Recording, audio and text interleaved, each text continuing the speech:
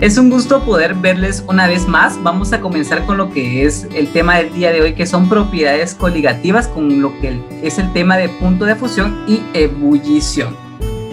Presentamos ahorita lo que es nuestra agenda con las actividades que tenemos programadas para cada uno de ustedes. Primero tenemos la activación de presaberes, después nuestro desarrollo de clase, seguido de un ejemplo para poder entender mejor este tema y por último una actividad de cierre. Comenzamos entonces. ¿Preparados? ¿Listos? Iniciamos.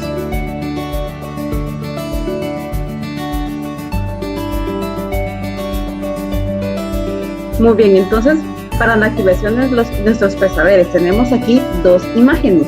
Yo quisiera que uno de ustedes me pueda decir qué es lo que observa en las dos imágenes.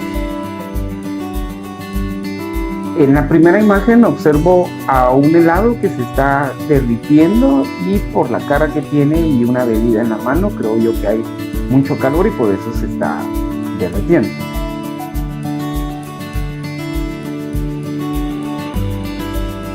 En la segunda imagen logro observar un frasco, un limón, agua pura y luego creo que lo que se está preparando es una limonada. Muy bien, entonces ahí lo que pudimos observar en pocas palabras es lo que son los estados de la materia. Tenemos acá que los estados de la materia son tres, es decir, los principales, ¿verdad? Que es el estado gaseoso, que podemos observar en la imagen que las partículas se encuentran en un estado de dispersión y de alejamiento, de tal modo que apenas logran mantenerse juntas. Y esto se da por la fuerza de atracción entre ellas, y que esa fuerza es tan débil que se encuentra en un estado desordenado. Luego tenemos lo que es el estado líquido, y si podemos observar, las partículas en el estado líquido siguen estando unidas por fuerzas de atracción, pero mucho más débiles y menos ordenadas que en el caso de la anterior. Y eso es porque los líquidos no tienen una forma fija ni estable, ni presentan alta cohesión y resistencia.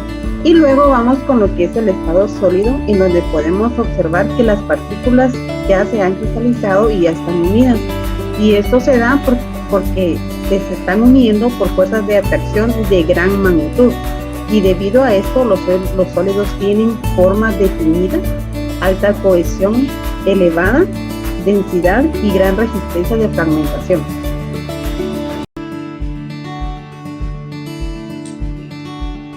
Para continuar con nuestro tema, hablaremos un poco de las propiedades coligativas. En este tema veremos propiedades coligativas. ¿Qué son las propiedades coligativas? Son propiedades que dependen solo del número o cantidad de partículas de soluto en una disolución y no de la naturaleza del soluto. Como podemos observar en la imagen, vemos que están preparando una taza de café. Creo que una taza de café todos lo hemos preparado y es lo más común en casa, ¿verdad? Entonces, en esta imagen podemos observar que nuestro soluto sería el café y el azúcar, que comúnmente el soluto siempre es una sustancia sólida y el solvente en este caso sería el agua. Como propiedades coligativas tenemos cuatro. Tenemos la presión de vapor, punto de ebullición, punto de fusión y presión osmótica. En esta clase exclusivamente veremos dos, punto de ebullición y punto de fusión. Entonces, comencemos con el punto de ebullición. Es la temperatura a la cual la presión de vapor de un líquido es igual a la presión externa. Es la formación de burbujas y turbulencia. Como lo vimos en la activación de presaberes, vemos que el estado gaseoso es un estado de dispersión de las moléculas en las que cada una tiene su espacio y no están en un espacio, se parece como comprimido, como lo está un sólido, ¿verdad? También vemos que el punto de ebullición de un líquido cambia al cambiar la presión externa. Y el punto normal de ebullición es la temperatura a la cual una presión de un líquido es igual a una atmósfera.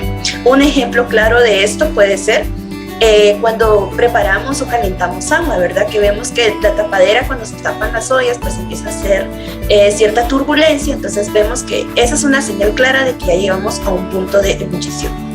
Ahora, la elevación del punto de ebullición, como la vemos acá, vemos el primer aspecto. La presencia de un soluto no volátil disminuye la presión de vapor y esta afecta al punto de ebullición.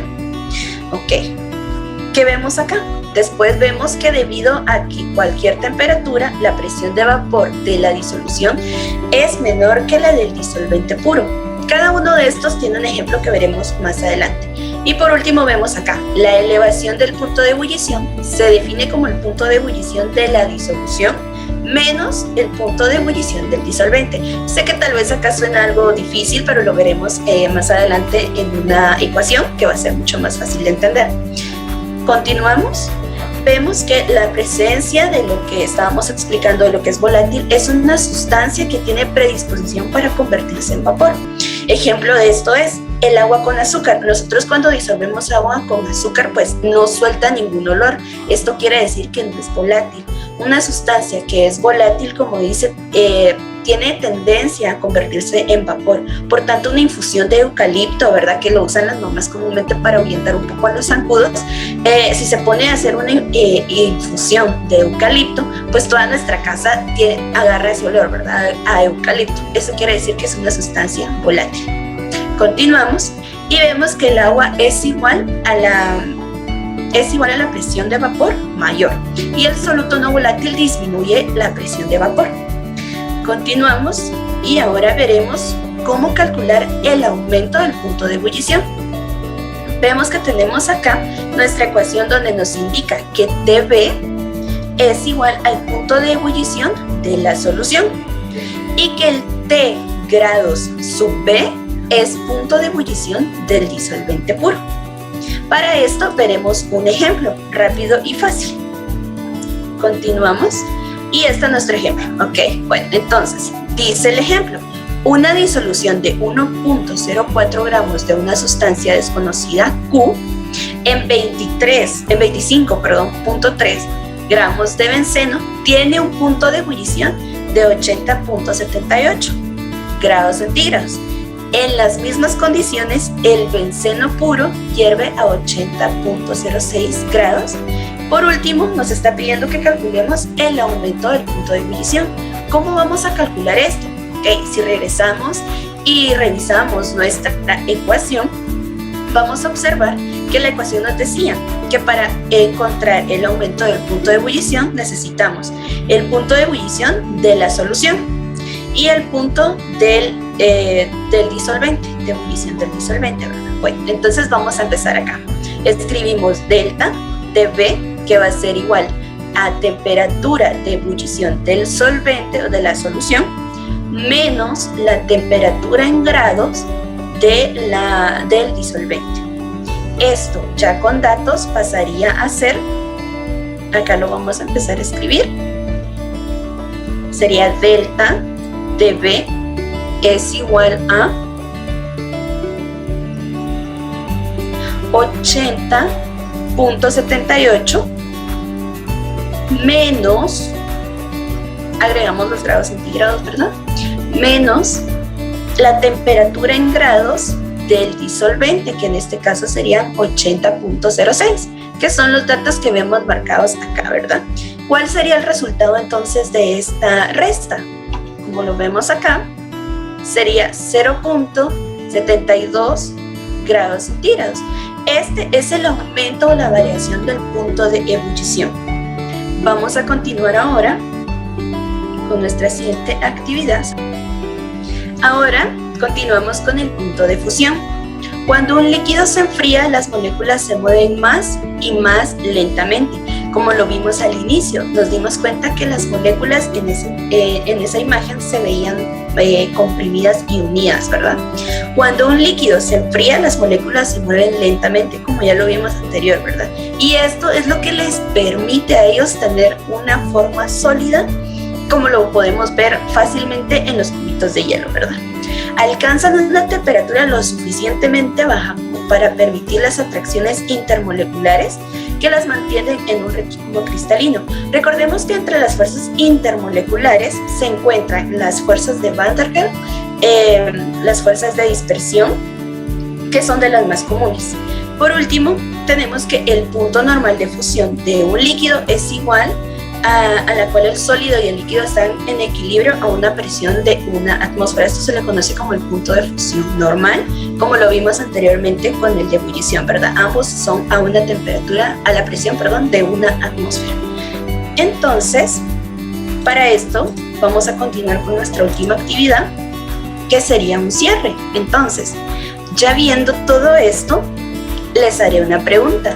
¿En qué áreas de la vida cotidiana encontramos representadas las propiedades coligativas? Con un ejemplo que me den está bien. Considero que podemos ver las propiedades coligativas cuando ponemos a hervir dos situaciones diferentes. Por ejemplo, hervir agua, creo yo que va a hervir más rápido porque solo es agua pura, a diferencia como cuando mi mamá prepara un caldo, ¿verdad? Que lleva verdura, pollo, fideos y otro montón de cosas. Creo que va a hervir mucho más lento o va a tener un tiempo mayor debido a que hay más sustancias que se podría decir que es como un soluto, ¿verdad? Por ser una parte sólida, aunque no se va a disolver al 100%, pero que sí está dentro del caldo y que entonces va a interferir con sus puntos de ebullición. Gracias, muy claro ejemplo.